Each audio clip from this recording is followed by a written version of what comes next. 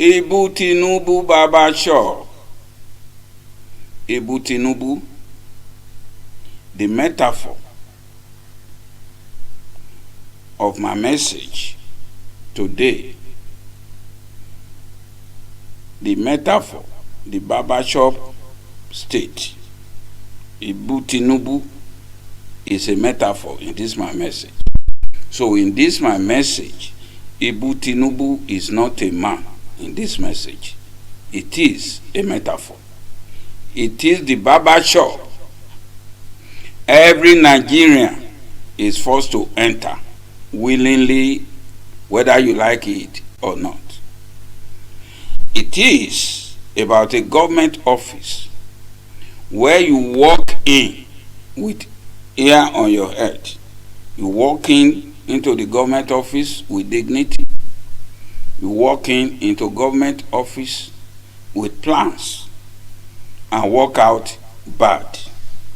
Ibu Tinubu barbershop. You walk in with full of beer, with full of hair, but by the time you are coming out of Nigerian government office, you become lighter and poorer. So it operates, the Ibu Tinubu barbershop operates a system that strips citizens clean under the guise of governance. The clippers here do not discriminate. They chafe the honest trader, honest importer, honest Nigerian professional, even the chief pastor, the chief engineer, and the chief retiree alike. So the world imagines Nigeria as a nation learning to swim through hardship. That image is false. Nigerians are not swimming, they are drowning. And the lifeguards, the institutions meant to rescue the people, are the same ones holding their heads underwater. Ibu Tinubu barbershop is a metaphor. This is not a critique about President Tinubu. This is not about presidency. I just published a book on this subject matter, subtitled Ibu Tinubu barbershop. This my book is not an argument about political personalities. It is an argument about structure. Every administration inherits a machinery already calibrated for extraction. President come and go, but the system remains the same. Custom, police, regulators, boss, and financial crime agency function less as public institutions and more as toll gates. They do not ask whether you are guilty or innocent. They ask whether you can pay. Ibu Tinubu, therefore, represents the culmination of a long-standing order, a state that no longer governs but harvests, a state that does not fail accidentally but succeed deliberately at one thing, that is transfer of wealth from the powerless to the protected.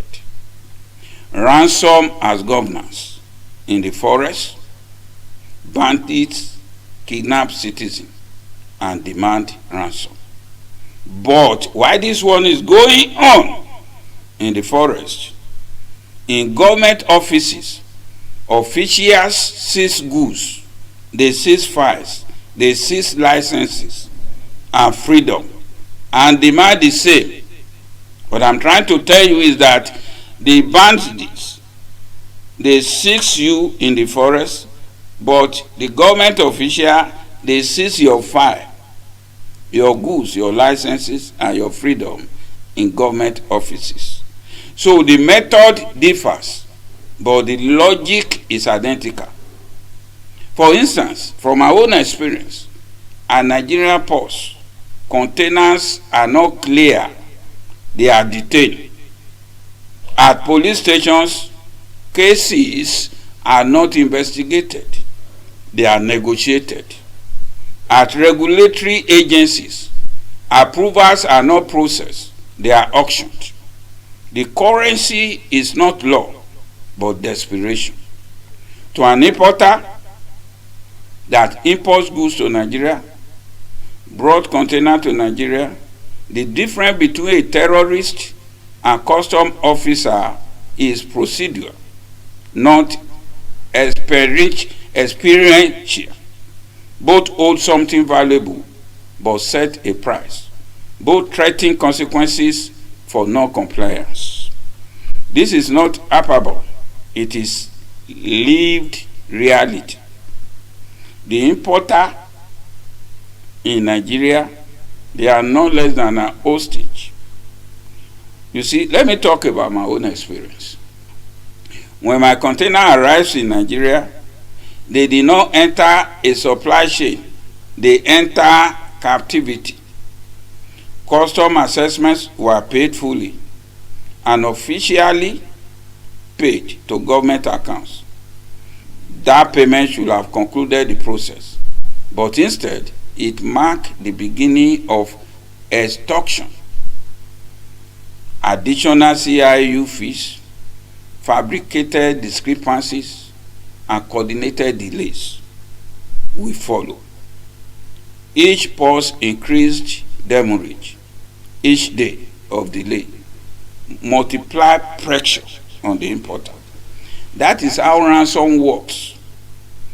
Time becomes the weapon in the hand of government officials, in the hand of bonded contaminants and clearing agents, police officers, custom officials, functioned as a single ecosystem.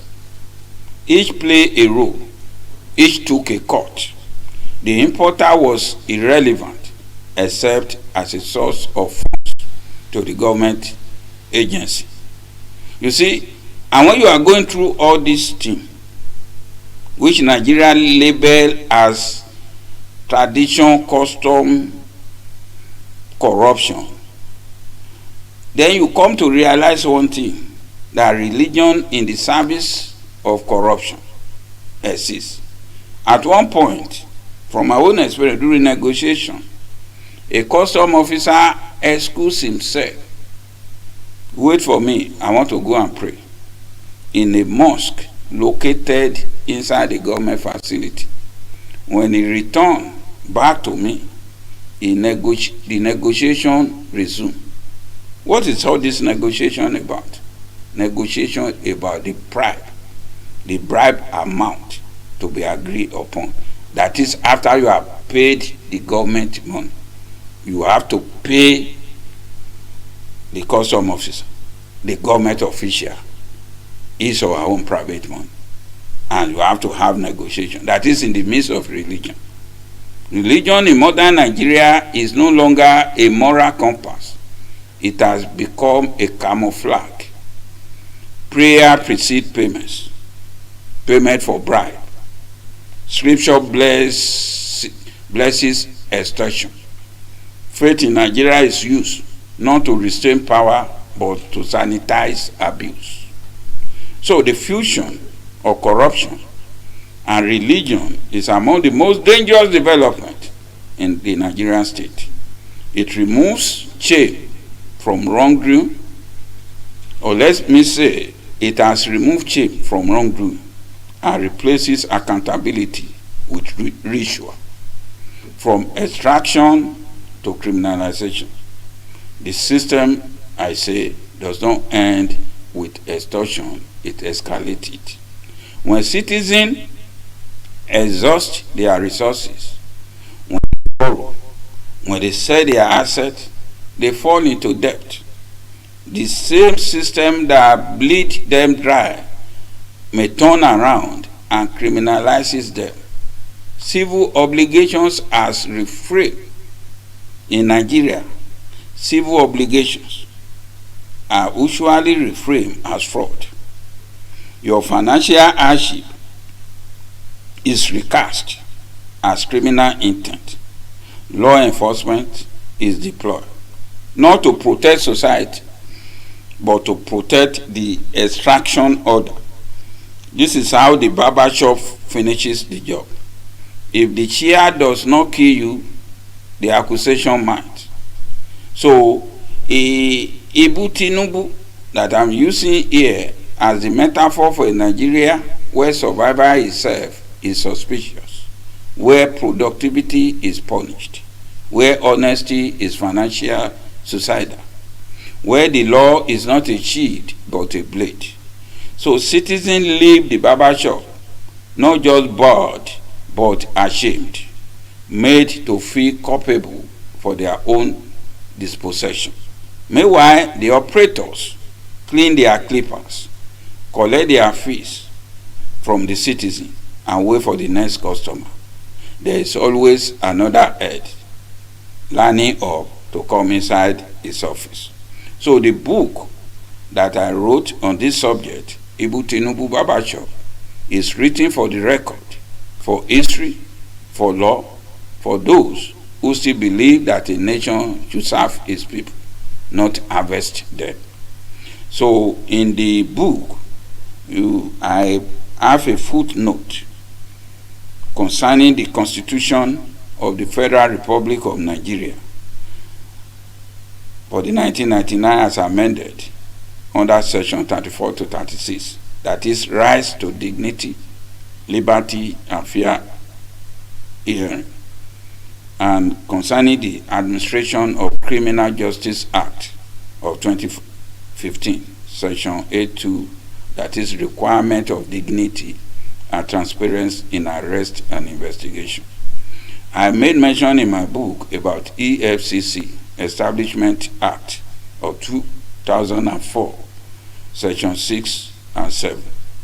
So the rule of law constraint on EFCC operations. You see?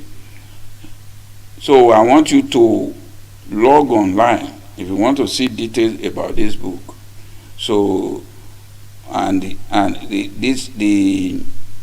book, if you go online, I first published the book in 2018, Nigeria Deep State by Emmanuel Adetula. So the one I publish again now is Nigerian Deep State Part 2, subtitle Ibu Tinubu Barbershop, for a fundamental and foundational analysis of unselected bureaucratic power in Nigeria. Nigeria, by design, may become a failed state, and such failure is not an accident. Nigeria did not collapse by mistake. It was engineered by some set of people to become a failed state. And a failed state is often described as weak, chaotic, or overwhelmed. Nigeria is none of this thing. Its institutions function with remarkable consistency, just not in the service of citizens. What appear in Nigeria now appear as disorder. In fact, a highly ordered system of extraction from its own people, its own citizens. So the chaos is created from pause to police station, from regulatory agency to courts. So the pattern is the same. Procedures exist, laws are written, and offices are staffed, but outcomes are predetermined. The goal is not resolution of Nigerian problem, it is to get revenue. The goal is not justice for the people, but compliance by the people. So Nigeria, from our own experience, as of this year, institution is being used as toll gates. In functioning states, institutions reduce friction. In Nigeria, they monetize it. The purpose of the government now is to collect money from the people. They are not trying to reduce friction. They want to monetize the opportunity they have by being in government. Every interaction with the state is designed to produce delay, confusion, or vulnerability conditions that invite facilitations. File go missing, system go offline, no internet, official becomes unavailable. Each obstacle you have for engaging yourself with Nigerian government, each opportunity you have become a price tag for the civil servant. This is not corruption at the margin, it is corruption at the core. Citizens are not served, they are processed. Each desk is a checkpoint, each signature is a toll, each stamp is an opportunity for extraction from the citizen. The protected and the exposed. The Nigerian system does not prey on everyone equally. It protects insiders and punishes outsiders. Once you are not working with the government, you are an outsider. So they protect themselves and punish the people outside the government. Civil servants, uniform officers, politically connected actors operate with nearby total immunity. Private citizens, especially entrepreneurs, are exposed. The result is a perverse inversion of justice in the country. Those who create value are harassed. Those who extract value are cheated. This imbalance is not incidental. It is the mechanism by which the state sustains itself. So now we see democracy. We see the democracy has become a facade. Elections occur, government change, speeches promises reform, yet the lived experience of citizens remain unchanged. Everybody will come, they will make their promises, but at the end of the day, the life experience of citizens remain unchanged. Why? Because the real power does not sit solely with elected officials. It is not the people you voted for as politicians you put in power that rules Nigeria. It resides in permanent bureaucracies with lifelong tenure, opaque authority, and no electoral accountability. So the people that rule Nigeria are not, oh, I elected governor, I elected senator. They are the people that are working as civil servants. They've been there for years. They have a system by which they operate. So if the president says something at the top, they don't follow what the president says because they have jobs. You don't put them there. A governor, a president can spend 4 or 5 years, we go. But the people have been there for 30 years. So they are the real power in Nigeria. They control everything. And their tradition is bribery and corruption. You pay for signature, you pay for file, you pay for everything you want to do. They protect themselves who are working inside the government. But those of us who are not in government, we have no power. So we are just existing. So whatever the politician promises us doesn't matter. This is the Nigerian deep state. So that is what I call deep state in my book. Not a conspiracy, but an ecosystem, a state within a state. So let me conclude this my short message that Nigerian tragedy is not that it lacks laws, but that its laws are selectively applied. Not that it lacks institution, but that its institutions have been repurposed. The system works, Nigerian system works, but it just works against the people of Nigeria. So in my book, when I consider the full notes of World Bank as regard Nigerian governance and institution for years, then you can say that things works in Nigeria, but it works for selective people. So look to order my book at Amazon.com. The first one was published in 2018, Nigerian Deep State, and this new one published in December 2015, Nigeria Deep State Part 2, Ibu Tinubu Babacho. In chapter 3 of the book, I discuss about the drowning of the people. The people are not swimming, they are drowning. But you see the international illusion, other countries, when they look Nigeria afar, Nigeria appears now resilient. Reports speak of adaptation, entrepreneurial spirit, and informal sector innovation. These phrases sanitize suffering of the people. They turn endurance of the people into virtue and survival into success. Nigeria are not swimming through hardship. They are drowning and being blamed for not floating better. So nobody is swimming in Nigeria. But because of Nigeria character, attitude, and religious belief, when they are drowning, when the river and the ocean is about to take them, so they make it look to other people as if they are swimming. They are drowning, but people will continue to blame them for not floating better. So normalization of abuse has become the currency of Nigeria. What shocks outsider has become normal to Nigerian citizens. Bribes I call, when you see the name bribe now, they call it cooperation.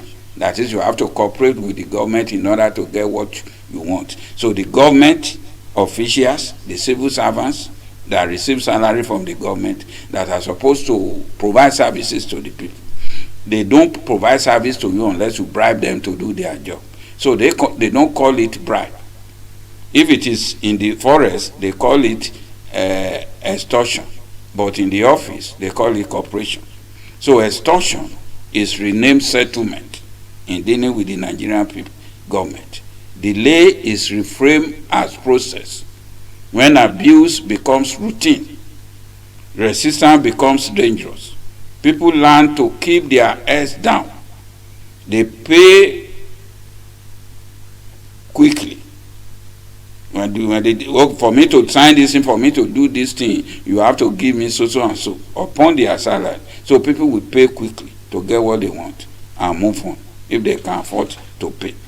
So the cost of compliance does not protect you in Nigeria. It exposes you. Those who attempt to follow the law, paying official fees, submitting documentation, insisting on receipts are often punished more severely than those who bypass the system entirely. Legality slows you down. Illegality in Nigeria moves you faster than the other. Honesty in Nigeria carries a premium cost. Survival in Nigeria is not prosperity. The international community often mistakes Nigeria in silence for success. But here, survival is not progress. Endurance is not development. A nation that forces its citizens to fight daily just to remain upright is not thriving. It is consuming itself. So to describe Nigeria as managing is to misunderstand it. Nigerians are not coping. They are suffocating under systems that demand constant payment for the right to exist. All these things that I'm saying, I put it in my book. You can clarify it from UNDP, World Bank Poverty Assessment on Nigeria. We look at, if you compare terrorists and officials, it's two sides of ransom. Different uniforms, same logic. I say again, I will continue to say in this message. In the bush, currently in Nigeria now, in the bush, terrorists abduct victims. They demand ransom. Once you pay the ransom, they release the victim. But you enter the government office, official will seize your goods. will seize your license and they will not issue the license, and they will arrest you. You will not have liberty until you pay. So what is the difference? No, tell me. What is the difference between somebody that detain people in the forest as a bandit and you pay the bandit to give you money, and the difference of the people in government office that as a citizen you work there and they don't give you what you want until you pay them? So we have two bandits, one that operate in the forest and one that operate in government offices. So the distinction is legal, not experiential. Both systems that operate in the bush and the government offices rely on fear of the people. Both rely on urgency. You need to pay quick right now, or we execute the person we have with us as bandit. Then you need to pay right now, or your container will be incurring damages. There's no difference between a government custom officer who say you should give him bribe before he release container, and the bandits in the forest who say you should pay money before I release your brother. Both rely on victims' isolation. So the hostage must negotiate alone. His ransom has become Nigeria economic policy, whether in government office or in government forest. Ransom is no longer an aberration in Nigeria. It is a parallel economy, both in the forest and those who are in government to render services to its people. At post, container are held hostage. From my own experience, at police station, bail is monetized. At regulatory agencies, approvals are auctioned. The state has internalized ransom as governing principle. The psychology of submission. Ransom works because it compresses time. The longer you wait, the worse it gets. Demurrage increases. Fires stagnate. Stress escalate. Eventually, payment becomes the cheapest option, even when it is illegal. This is how coercion masquerades as choice. So the importer as hostage. Arrival, when you bring container to Nigeria, you become an hostage. As I told you earlier on. Arrival without entry.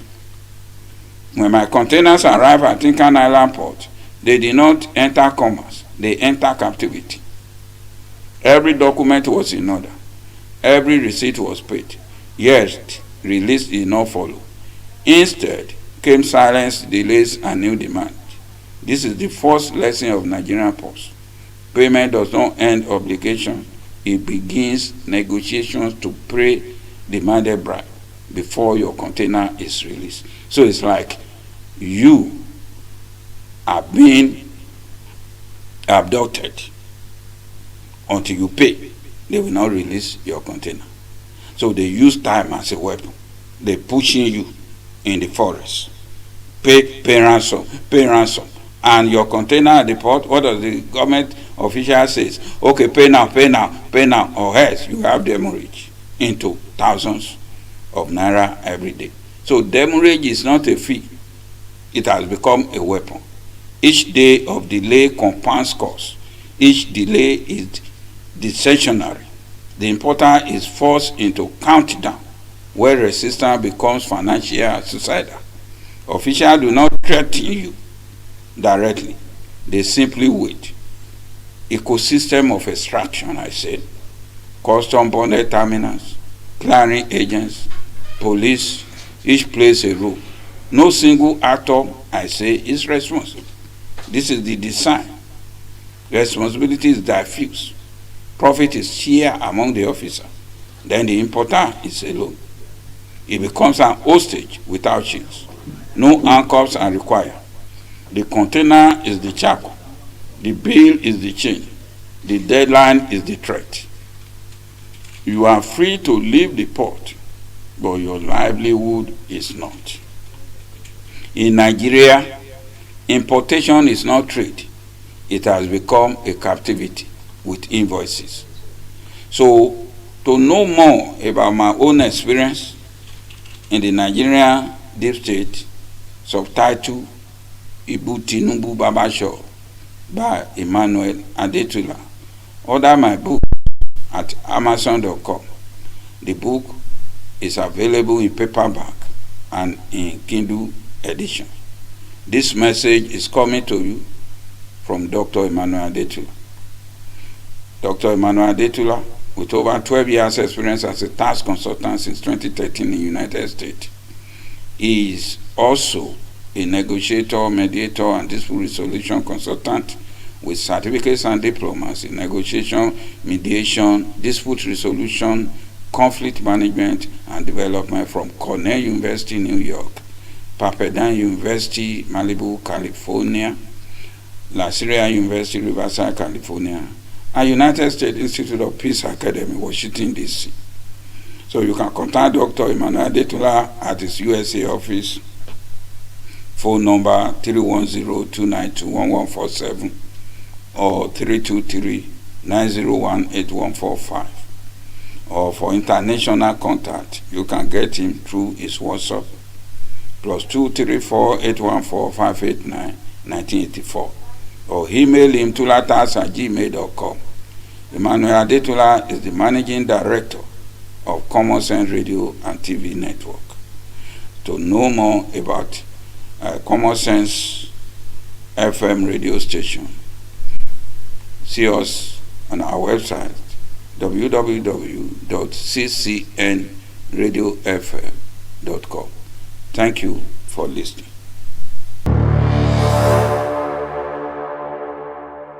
This message is coming to you from Dr. Emmanuel Adetula.